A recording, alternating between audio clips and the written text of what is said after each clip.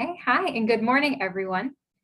Welcome to Cafe IW. This is our monthly educational series from Innovation Works, providing tech and non-tech founders with the expertise and skills to use today and grow your business, no matter what kind of business you have. A little bit about us. IW takes Southwestern PA's tech companies to the next stage of growth and success with critical seed money, expertise, and substantial network of connections to customers, mentors, future investors, and others who can help startup companies grow and succeed. IW is one of the country's most active investors, bridging the gap between initial ideas to future growth, and the only fund to focus exclusively on making investments in Pittsburgh's region's high potential companies in software, hardware, and life sciences. IW's accelerators, Alpha Lab Gear, and Alpha Lab Health align with the next stage mission to create continuous flow of funding, expertise, and networks that entrepreneurs need to grow. We want to thank our sponsors for the opportunity to make these resources available to our portfolio and the wider community. Buchanan, Ingersoll, and Rooney provide legal expert advice to companies at every stage of growth. Catalyst Connection is the region's go-to for help on manufacturing issues and the special needs of manufacturers. Sisterson & Co. provides expert accounting advice, including many of the startups in the IW portfolio. So thank you to those three sponsors today. Today, we want to talk about how to tell your story to lifestyle reporters, those that cover home, health, fashion, wellness, consumer products, and more. So this isn't tech or business coverage, but it might augment a communication strategy that includes the type of coverage that you're looking for. Or this might be the right place to center your media relations campaign. Today, we hear from Mikey Hood of KDKA TV and a reporter for Pittsburgh Today Live, Virginia Linn, editor of Pittsburgh Magazine, and Lindsay Stuart, founder and CEO of Mamalux, and previously the senior editor for Sports Illustrated and an editor at the Washington Post. Now let me introduce you to our moderator today, Terri Glueck. Well, thank you, Jane. I appreciate that. And I am Terri. I'm the Director of Communications at Innovation Works, and I've had a lot of story pitches over the years. And I have got to tell you, I've learned everything from the reporters and editors that I've worked with over the years. They have taught me everything. So I appreciate Virginia, Lindsay, and Mikey being here. Lindsay providing kind of both sides of the lens, from the entrepreneur side and also the editorial side. And very much appreciate the insight we're going to hear from reporters who are doing the work of telling our stories and our company's stories that are really approached from a user's standpoint, from the side of actually digging into the product. What does it do? Who is it for? What's it about? So not necessarily, what your business is about and how you're going to make money, but what does your product do and what are the benefits of it and who does it benefit? And I think we'll hear more about that. So again, thank you, Mikey, Lindsay, and Virginia, and we're just going to dig in. So I'm going to ask a sort of general questions of all of you. You can all either take turns. I'll try and moderate that. But also, if somebody's already answered the question in exactly the way you would have, you don't need to. But if you have something more to contribute, we'd love to hear from you. So basically, I'm going to start with Mikey. You're on the hot seat first. I'm going to start with just how do folks find well, actually, I'm sorry. I should let you all introduce yourselves and a little bit about what you do and who you do it for. So sorry. I'm so anxious to talk to you about what we're talking about. That's okay. Mikey, I'm going to start with you and tell us a little bit about yourself and your role on KDKA. Yeah, so this is going to be fun. Good afternoon, everyone. My name is Mikey Hood, which is short for Mike Linn. My dad's and my mom's name, they put that together. No one can ever pronounce it. So that's why I go with Mikey. But I work for KDKA, and I work on a morning show called Pittsburgh Today Live, as Mikey Hood is my stage name. And it's a lifestyle show. So we talk about all types of things, from restaurants to eat at to things that are current events happening in Pittsburgh or anything that's really kind of connected to Pittsburgh. And we have two show hosts, Heather Abraham and David Highfield. And it's a cast of 6 of us, and we rotate this is my dog in the background, Wilson, who I talk about on the show all the time. And so we rotate responsibilities a lot. So I host the show quite a bit, but I'm also in the field, and the show's premise is live. So anything that we can do that is live and happening in the moment are things that we kind of gravitate towards. So I'm originally from Pittsburgh. I've been at KDKA now for 3 years coming in March, and it is a blast. It's a lot of work, but it's so much fun. And we get to interact with just everyday people and do lots of collaborations. And we do a lot of work with Pittsburgh Magazine, with Virginia. So it's great. We have Sean Collier on. So it's awesome. And I love it. So thank you for having me here today. Great. Good to hear from you. And Virginia, you're up next. Right. Well, thank you for having me. I have been editor of Pittsburgh Magazine since August. And here's our latest edition, all about all the breweries. I don't know if that shows up. Yeah, all about the breweries around town. But we also have a story in here about intimacy coordinators that are on the set of different stages and Hollywood movies that are filmed here. And we have all sorts of, it just runs the gamut of all the stories and anything that's going on in Pittsburgh. Before that, I worked for a marketing company called Akoya for a few months. And then I had been at the Pittsburgh Post-Gazette for many, many years, starting at the news desk. And then I worked in the health desk. I actually started a health section that at one time had about 10 pages. And that was in response to a lot of people saying they wanted to read more about consumer health. And then from there, I moved over to lifestyle. And then I was overseeing the whole enterprise and features department. So it certainly run the gamut. And I've seen so many different pitches from so many different companies. And I have a pretty good idea almost in the first 30 seconds of whether it's something I'm interested in. And it's just a great experience. It's so much fun to be working in the media organizations in Pittsburgh. Great. And Lindsay. Hi, I'm Lindsay Stuart. I'm the founder of Mamalux, a leak-proof postpartum sleepwear solution, which you can see right there. I'm a mom of 2 kids, soon to be 3. So this was a product that I sort of needed when I was breastfeeding and it didn't exist. So I created it. It took a couple of years and we launched last fall. Before that, I worked in marketing for a startup and also Dick's Sporting Goods. But the first decade of my career was spent as a journalist. So it's been kind of interesting for me to now be on the other side of, pitching the media after years and years of sort of fielding the pitches. So it's helpful. I'm happy to provide my insight today. Thanks for having me. Great. Okay, now that we heard a little bit more and we framed up a little bit, I'm going to actually start with you, Virginia, because you sort of set the premise. What is it in that first 30 seconds about a story?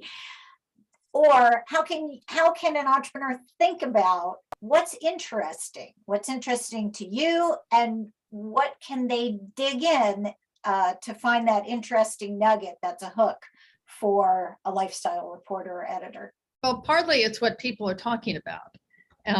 Even when you're out talking to friends at dinner, or it's just kind of what rises to the top, what people are talking about.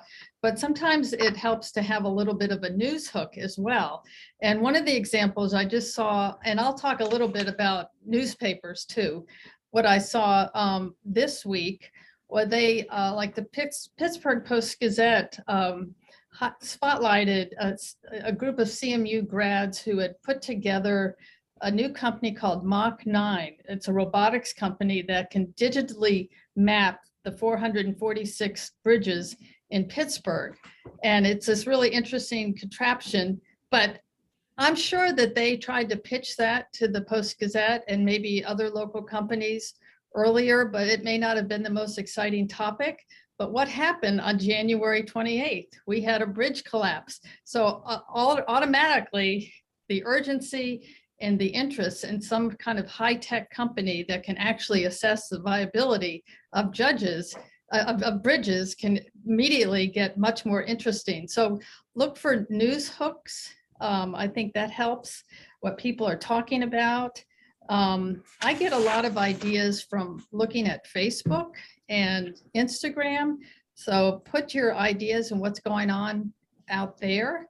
And sometimes it might not be something we use right away, but we keep it in the back of our minds, so we have a folder of the story ideas. And when those topics come up, then we can turn to that and say, oh, here's something very relevant. Great. Thank you. So that's sort of tip number one. We'll talk more with both Mikey and Lindsay for your own ideas, but the very first tip is to sort of look bigger than just your own company, see how it fits into either a news hook or an ongoing trend, because that makes your product fit into a bigger story. And I'll add to that, if I may, just everything that Virginia said, in addition to maybe what holiday is coming up or what time of year it is, the season. Maybe, we use, our show is a lot lighter. It's I like to call it fluffy. So we don't deal a lot of times with really hardcore topics like politics or religion or anything like that. But if it's like a national holiday, like if it's National Popcorn Day and you have like a popcorn company, like map that out on the calendar, and that would be an awesome time to pitch something for your company that day or that week.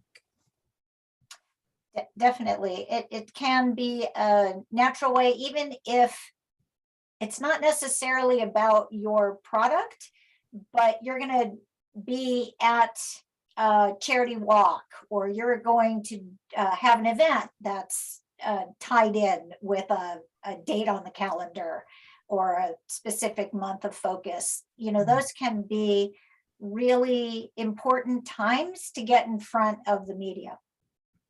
And Lindsay, I didn't want to cut you off. Oh, no. What do you think is interesting about, or how as an entrepreneur do you go about finding that little nugget that might be of interest to a reporter? I do look at dates on the calendar a lot. For example, Mother's Day is coming up. So I've already been pitching publications related to that. I know it seems early, but a lot, especially if they're print, they're planning probably 2 months in advance. So it's not too soon. And editors love to get something on the calendar early. So that would be my number one thing, is just look at the calendar. The other really useful resource that I've found in the last year is Help a Reporter Out. You can sign up for their emails and get them 3 times a day. And it's reporters who are just basically looking for sources or resources for their stories. So you can get an idea of what people want to write about, and then it helps you sort of formulate your pitches. And I've made a lot of good connections through that already. So yeah. That's a good tip. We can talk a little bit more about that, but Help a Reporter Out is sort of a freemium model. You can sign up for free. You can also filter. You can either get 3 emails a day, or you could get them less frequently. I'm not exactly sure what the paid subscription probably allows you to see more about the reporter and the outlet, is my guess. Virginia and Mikey, I didn't know if you either use a tool like that to find resources, or how do you find the folks that you want to cover? A lot of times the university might send out a list of their experts, and they are, if it's a public relations department at a university that's really on top of things, they will send out lists of their experts, knowing, again, things that might be tied to the calendar or things that are going on around the world. Like right now we've got Ukraine, and they say, well, we've got, so-and-so professor who is a expert in Ukraine or, Eastern European politics or whatever. And that often triggers ideas and say, oh, we really should be localizing this. Now, that's not really high tech stuff, but I mean, that's just an example of a lot of times universities are sending out those lists and they are very helpful. Yeah, for me, I just, a lot of it is word of mouth and just kind of paying attention to what's happening in the community. Like I'm pulling stories off of Facebook, off of, Instagram, whatever it may be. And then a lot of times we use this sometimes, but I don't know what company it is. I probably could pull up an email and find out, but these, some companies or business people, they hire those PR agents to send out press releases. So very rarely do we use them, but we do respond to those emails from time to time when we're really pressed for content. Yeah.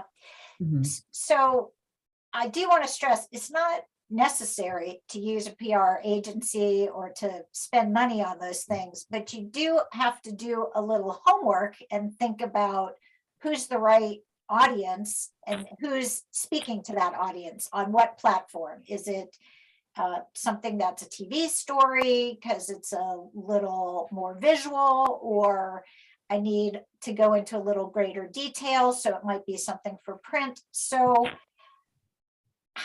this is a two-part question.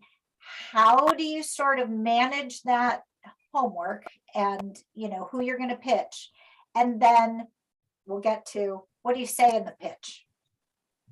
So first, how do you sort of manage it, or how do you recommend that people stay on top of what media they reach out to with what message? Well, for example, Pittsburgh Magazine, I mean, just on the face of it, you think, oh, here we have a monthly magazine. Well, even since I started in August, we have really ramped up our daily website. The postings on their websites become very robust. And whereas our magazine kind of is, the demographics are more affluent and educated, the website has a much broader audience and is younger. And so you could actually pitch different stories to both of our platforms, if you will. And it's important to, just look through the masthead on what people oversee different things, but it doesn't hurt also to call up maybe the editor or sub-editor and say, hey, do you mind meeting me for coffee? I want to learn more about your organization and what kind of pitches you would be receptive to. And I love getting those calls and meeting people. And so, because I always get ideas from different things they say. So it's okay to try to do a face-to-face. I know we've got a pandemic going on, but that often helps, I think. Yeah, just paying attention to, like, actually, I so many people will send story ideas and they've never even watched Pittsburgh Today Live a day in their life. So I think, paying attention to the publication, watching the show, and finding out what specific segment that your idea falls into. So like if you have a feel-good story, like we have a segment called Something Good. So in your pitch, you would say this would be a perfect story for something good. And that just makes like our job a lot easier when you understand like the flow and the nature and how, the show works on a daily basis. Great. And Lindsay, I know you've been on both sides of this. So do you have a particular way that you would recommend going about getting coverage and tracking it? Yeah, the first thing I'll say is that it is so much work and that I would love to hire a PR agency because it really is, you have to be so persistent. I have had to remind myself that when I was on the other side of it, sometimes it would take 2 or 3 emails for me to say, oh, right, I should get back to that person. So, I would say just don't be shy about following up a couple times. And then as far as keeping track, the way that I do it is I just have a Google spreadsheet. I have the list of all the publications I want to be in, and then as many people as I can find. I usually go on LinkedIn like a, stalker and find every name that I can of editorial, people who work for Parents Magazine, for example. I was just collecting names and I reach out to them. And then I keep track of, how many times I've reached out, making sure that my pitches are different, a little different to every publication based on, like Mikey was saying, like you want to do your homework and sort of know what they're looking for before you reach out. Yeah. And know, in our case, like know about the show hosts. So if somebody reaches out to me and they put your story and they're like, hey, Mikey, they email me, and maybe you reach out to me on social media too. That works very well. I have a story about a cute dog, and I know that you have a dog named Wilson and he's so great. And, so just, I would say, like, know who you're pitching to and incorporate some of their personal interest into it. It helps, because we do get inundated with a gazillion emails and it's hard to respond to everything. You can't. One thing I would add, as far as fielding these gazillion PR releases, I mean, it's always a red flag when we get a pitch, but every single person on the staff gets that same pitch. Yeah. And then everybody is, sending it to each other, go, this is yours, and then you go, oh no, I already got that. That's a red flag. That means that person really is just trying to blanket the organization. It's really not tailoring it to anybody, really isn't invested in it. And then we realize that they're doing that to every other single publication. And then we're always conscious about, the competition, and are we going to see that same story in another publication done the same way? So whenever that happens, we generally tend to ignore it. And sometimes there's a danger when you go out to a professional PR firm like that might be based in New York. And I can't tell you how many releases I have received from someone promoting something in Philadelphia thinking that Pittsburgh is an hour away. And I have to say, well, thank you, but we're 6 hours away. We can get to DC faster than we can Philadelphia. And they are like, oh, I didn't realize. So, it really doing your research and understanding your geography is a good first step. Very, very true. Doing your homework is a part of, it's a bit of a time suck. I'm gonna echo Lindsay. It can be. However, your product and your company better than anybody. And so you're holding on to content that reporters need. You need one another. They need content, and you know your product and you have the content. So it's worth spending whatever the amount of time, whether it's a couple hours a week or, you're setting aside either more than that in a month's time. But you've got to do some homework. You have to do some reading, watching, looking at social media, and seeing where you might fit in the media outlets that you're interested in. Because I totally agree with what was said. If your pitch doesn't seem like a fit, you've not read the publication, you haven't watched it, it's really hard for a reporter to say, oh yeah, that's going to be in a story of mine. Or it's not as if it's not to the right person and it's not personalized in that way, it can miss its mark.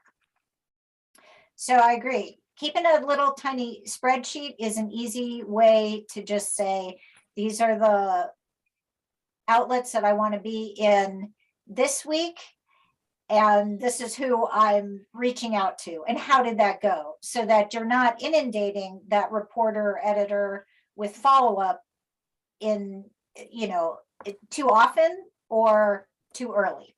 Yeah, because there's a fine line between being persistent and coming off as desperate.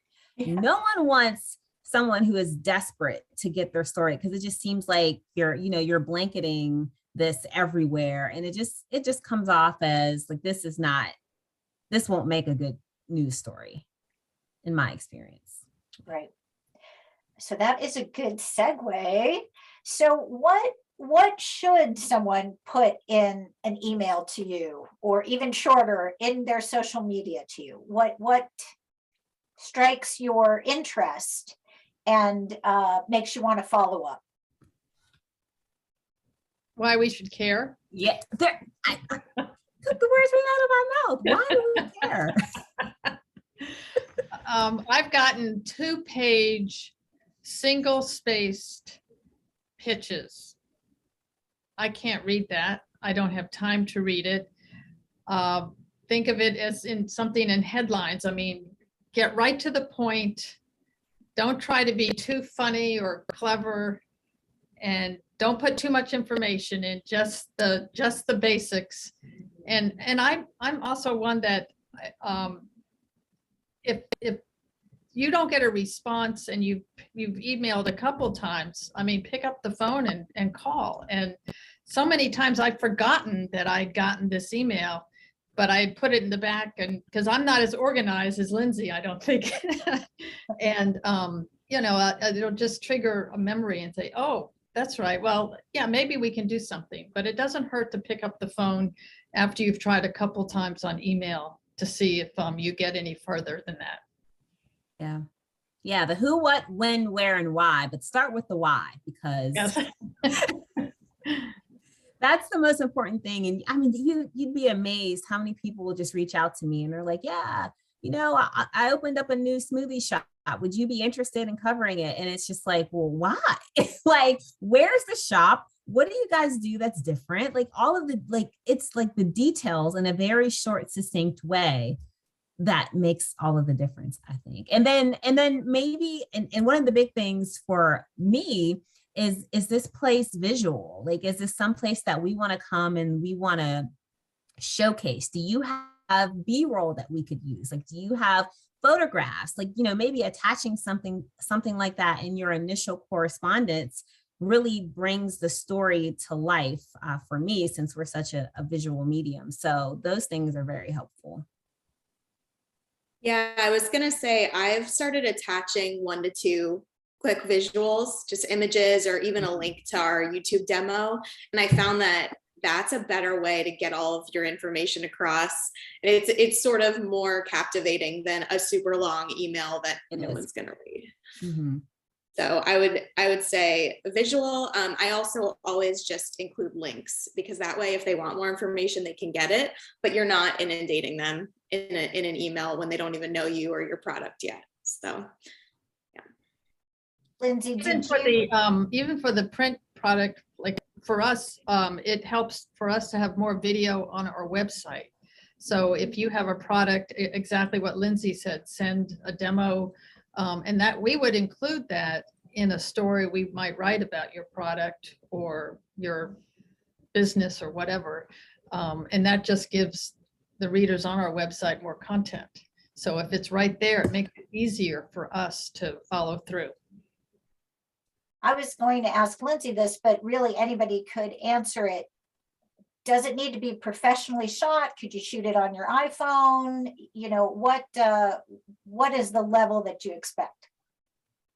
I'll say personally, I've spent thousands on video, and the ones that have done the best engagement wise are the ones that I shoot on my iPhone.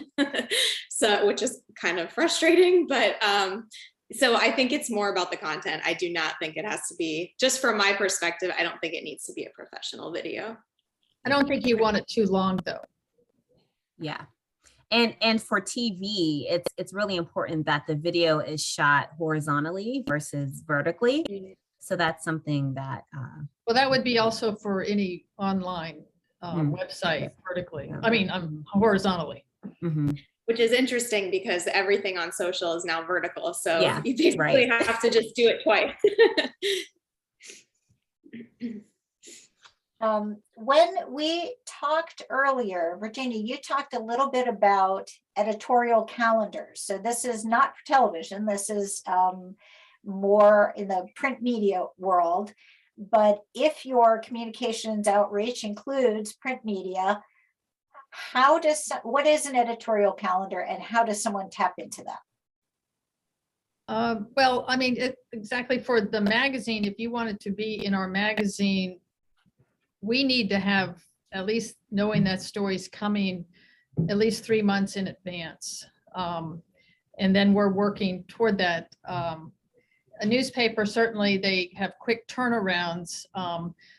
But for example, for tech products, like the business section of the Post-Gazette has these special, I think it's about 6 times a year on their Sunday business sections about different business topics, but I'm pretty sure one deals with tech.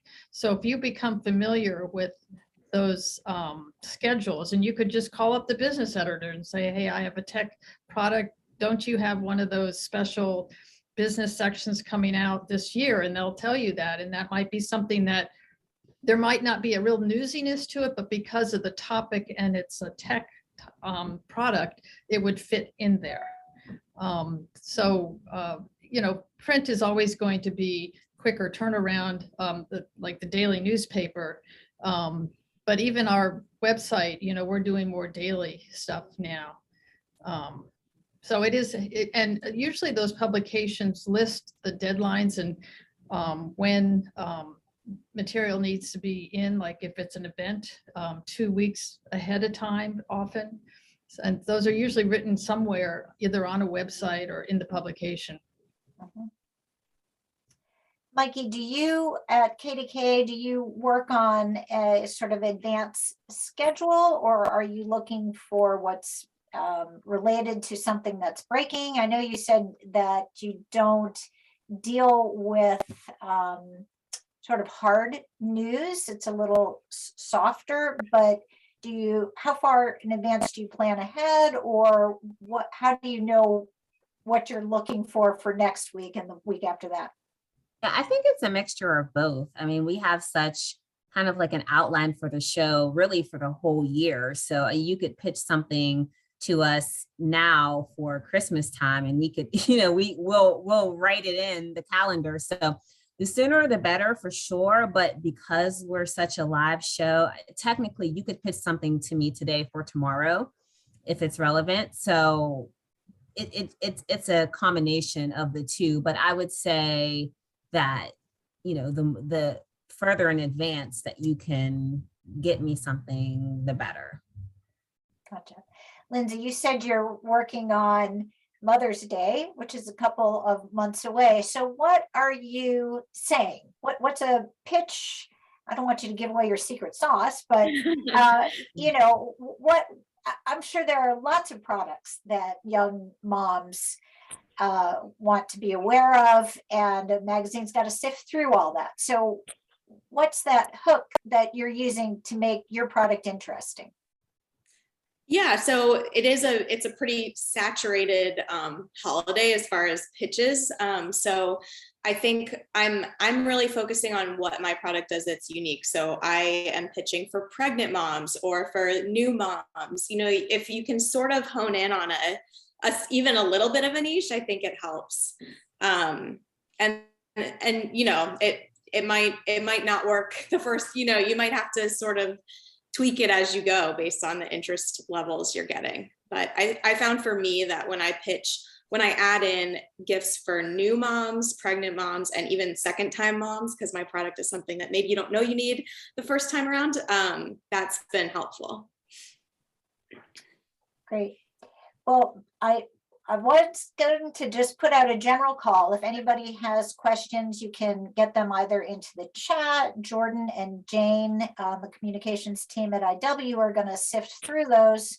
So we want to hear from people. We want to make sure that we answer your questions. So I'm giving you the heads up that that's coming up, and we'll get to them.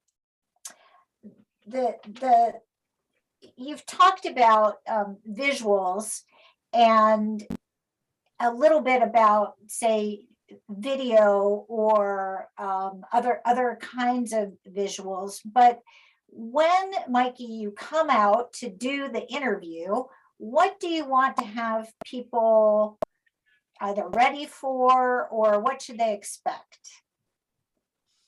You I want think your own visual. You don't want to just take, you want something from somebody to interest you, but then you're going to shoot your own. right. Yeah. I think I'll start with just the person who's being interviewed. Like it always helps to have them well versed in whatever they're going to be talking about. Maybe picking someone to represent your company that does well in front of the camera. That's always good because you want to make sure that you get the, the best product possible. And you'd be amazed at the amount of people who just don't want to be in front of the camera and they're just kind of being forced to do it. So that comes across. So that's good. Present yourself well. Don't necessarily have on something that's too tight or, have your hair halfway decent. I mean, just like the little things that you would take for granted. It happens every day where you just kind of, I have to take like women in the back and just like, all right, do you have a jacket that you could put on? And just because I want it to look good. And then maybe just already in the back of your mind, have some ideas of places where we could shoot or something that's visual, something that you want to show, something that makes sense for us to be in when we shoot the live shot, or if we're taping something.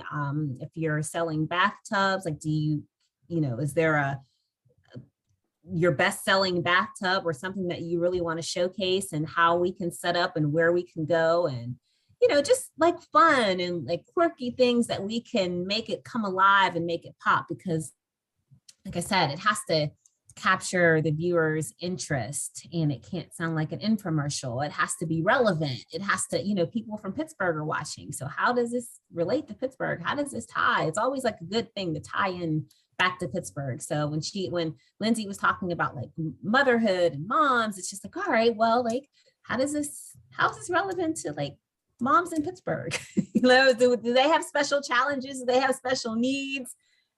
So I'm taking notes. Oh, good. Yeah. So when she was saying that, I was thinking like, we have a segment where it's like mommy moments. So that would be a good thing for her to pitch to Heather Abraham. And she does things around being a mom because she's a mom of 3. So this is great for me. Yeah. So I think it's just thinking ahead and thinking how you want this to come across visually. And for me, I always appreciate when I get to a location and they already have some ideas on how to make this fun, how to make this pop, places where we can be, props that we can use. Because you just don't want a talking head. That's no fun. Right. And even on a print publication, not only is there social media attached with everything these days, and of course, so you want visuals and you want things that move, but how do you prepare for an interview? So even if you're not going to be on camera, but over the phone or in person, what are you looking for in an interview that makes it either interesting, or it's a quote that you use, or some kind of call out, some way of summarizing what the story's about? Then if you have anecdotes, especially pretty poignant anecdotes, those help a lot. Just being able to speak clearly. Sometimes you are interviewing people who just talk in word salads, and it just helps to get your thoughts in line before the interview and have a good sense of what you want to talk about and what you want to emphasize. Because I've interviewed people who are just all over the place, and it's really hard to focus, or you'll ask a question and they'll answer something else and just go down this way and that way. If they can kind of stay focused on the topic at hand, that is very helpful. Because the worst thing is to leave an interview with like 12 pages of notes and then trying to pare that down, and as a reporter having to figure out what the focus is. And generally, a reporter ahead of time may ask some preliminary questions on the phone before they go out if they are having a face-to-face interview, and have a pretty good idea of what the story's about. But sometimes it does go off the rails. So to be as organized as possible, as focused as possible, and have your thoughts together before the interview. Yeah, I agree. Know what you want to talk about. Like when I listen back to people talking. Like I listen in sound bites. It's very bizarre now, but I'm sure you guys can attest to this. Yeah. So that's how I hear people. And you could, I mean, I've had people just go down a rabbit hole. And if it's on live TV, like I tend to, like, when I get there, I'll practice with you, especially if I sense that this might not be good. So I just like speaking in sound bites. I mean, you know, you can talk, but don't go back to your childhood, because it's only a 3-minute segment or a 2-paragraph article. So I guess just being prepared and knowing what you want to say is the key takeaway.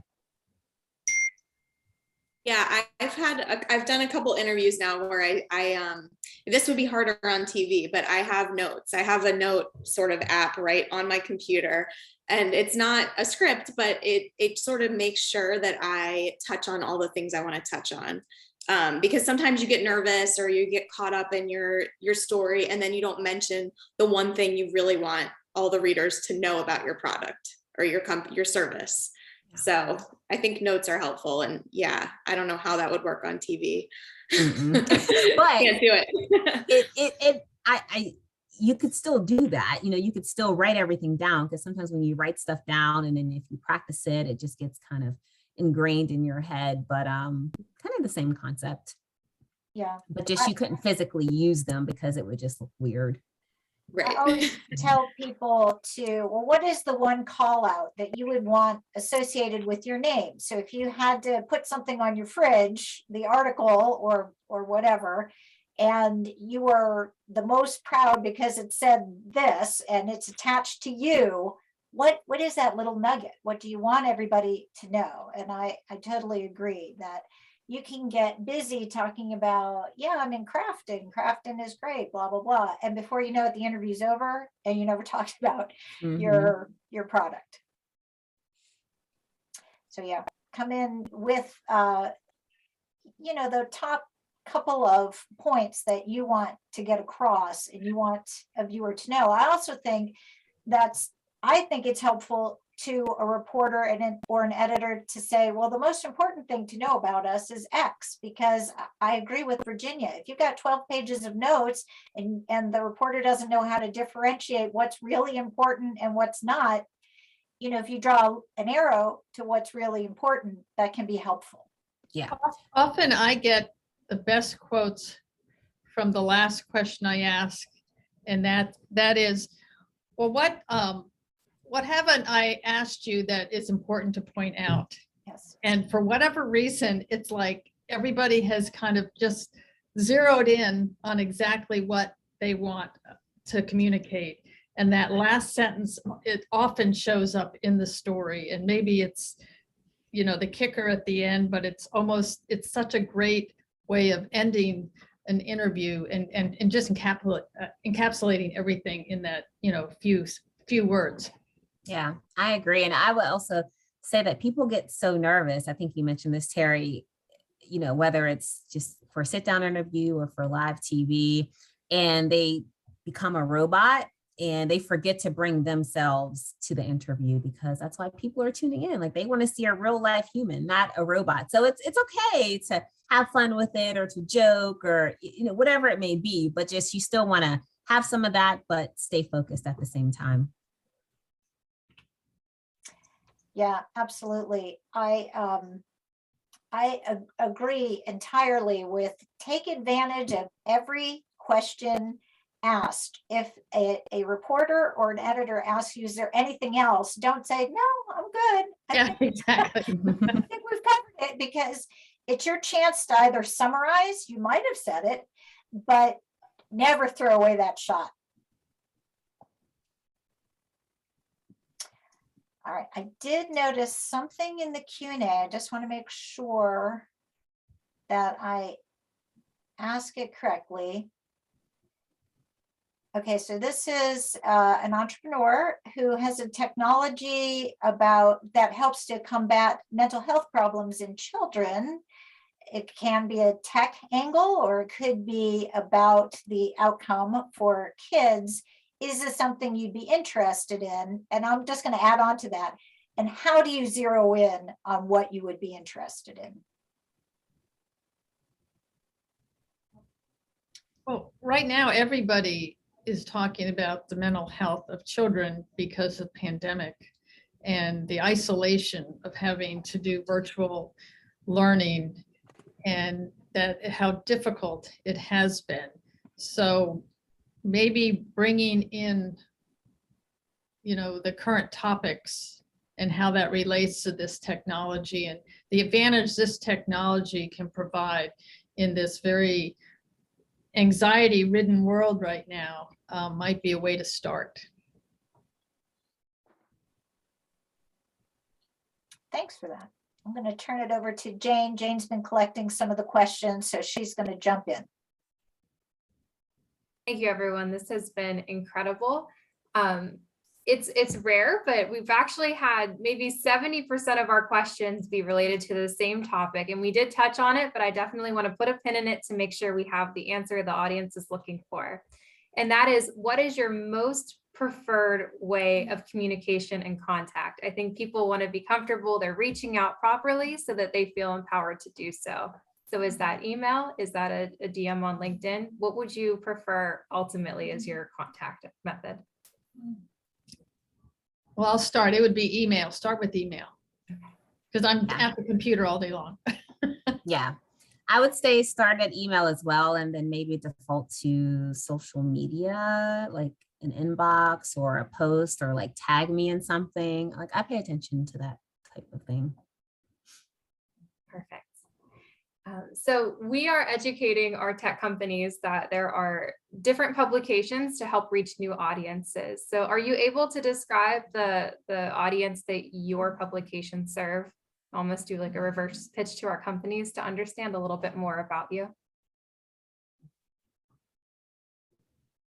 Well, I think like Pittsburgh Today Live, it's a very general, but very, it's just lifestyle, right? Mm-hmm. Yeah. Yeah, it is lifestyle. right. Yeah. So just, anything dealing with lifestyle, like we said, nothing like too hard, no politics, no religion. Like, we tend to, like, our demographic, I think it's women 35 to 56 or something like that. So those are the people who we tend to target our stories towards, but like our male demographic is growing now too. So we think about that as well. So anything along those lines, anything related to Pittsburgh, new things that are happening here. Exactly. Good. And Lindsay, I think that in your previous life covering sports, sort of how did that break out? Did different people take different segments, or, how did you know that a story was for you or something to pass on to a colleague? Well, I always did all of our gift guides for when I worked at Sports Illustrated. So I would get all the pitches. And I think that just goes back to doing your homework. Look at who's writing the articles that you want to be featured in, and then find that person. And so every time somebody contacted me and said, hey, I saw that you did the gift guide last year, I'd love to be featured this year, I knew that they actually spent some time finding the right person before they reached out. Yeah. Well, I'm going to turn the tables a little bit and give you each a chance to sort of either sum up or give me another idea that we didn't touch on, but I'm going to give you a second to frame up your thoughts. But, is there anything that we missed? Is there something that you want people to know about the topic of reaching a lifestyle reporter? Well, one thing I wanted to mention was if somebody sends a pitch and we don't respond right away, that doesn't mean that it's been permanently set aside.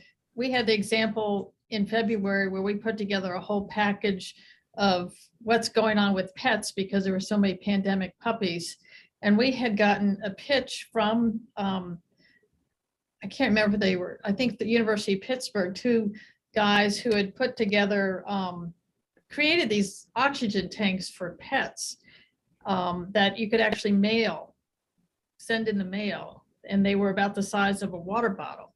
And there were certain breeds where that really benefit from having extra oxygen at various times because of respiratory issues.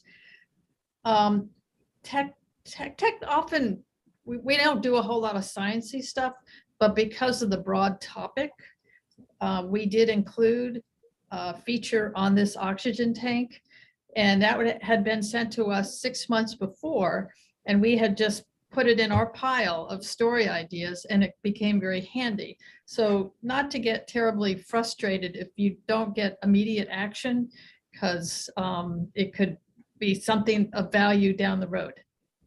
Great, good. That was a good example. Other things that we might have not touched on and want to. I guess I would just go back to like how you're leading your initial correspondence. I get a lot of like, we're a women-owned business, or we're a Black-owned business. And that's great if it's relevant to why you're pitching the story or that time of the year, or whatever. But like, we don't care. Like we care about what it is that you do and why other people should care. So I would say that's all of that stuff is great, but maybe put that towards the end or not at all.